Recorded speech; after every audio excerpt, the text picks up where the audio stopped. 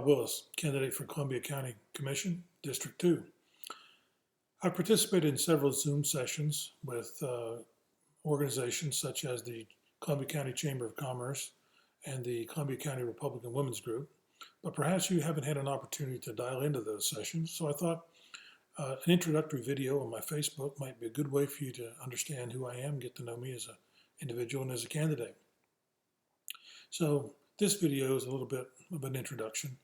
I've been married over 20 years to Barbara, and we have 3 grown children. They're in their 30s.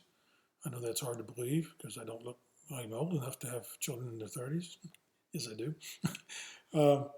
We like it here so much and have lived here so well and so happily that we encourage other family members to move here as well. And so Barbara's sister Ginger moved down from Maine, and she was followed closely by her son and daughter-in-law and their 2 children. So Ginger has her grandchildren here now, and both of them have special needs. So we're familiar with the special needs community as well. My sister's daughter moved here with her fiancé, and they came up from Florida. And on the 12th of May, she delivered a baby girl, and she'll be going eventually to Columbia County schools. So obviously I'm going to have a vested interest in that. If you've seen my website or followed my Facebook page, you know I'm a combat veteran of 38 years with tours in Somalia and Iraq. Some people have thought that I was saying that I had retired as a 2-star general, so let me clarify. I retired from the Army as a major in 1997. My father was drafted in the 50s, an airborne ranger special forces guy, and he got a combat commission. And then while on active duty, he commissioned me in 1977. And then I served a full 20 years in the Army, retired as a major, and then went into the federal government and worked my way through. So I'm a product of the ROTC program, the Reserve Officer Training Program. I'm not a West Point graduate, and I was not actually a general officer. But I went into the federal service as a 13, if you understand their system 1 through 15.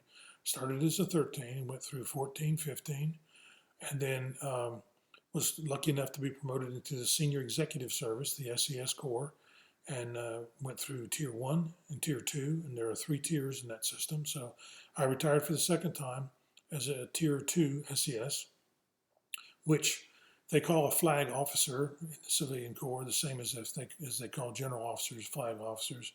So for protocol purposes, I was treated as a 2-star general whenever I traveled and for ceremonies and so forth, but I wasn't actually a 2-star general. However, as you can imagine, to make it through all those grades and ranks and so on, I had to go through some pretty arduous leadership and management training. I had to lead hundreds of people in large organizations. I had to manage budgets of hundreds of millions of dollars.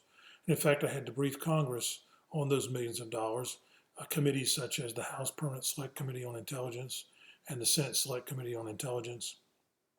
And I assure you that executive leadership at this level, and this level of financial responsibility, this level of accountability, has certainly prepared me well for the duties of serving as your District 2 Commissioner.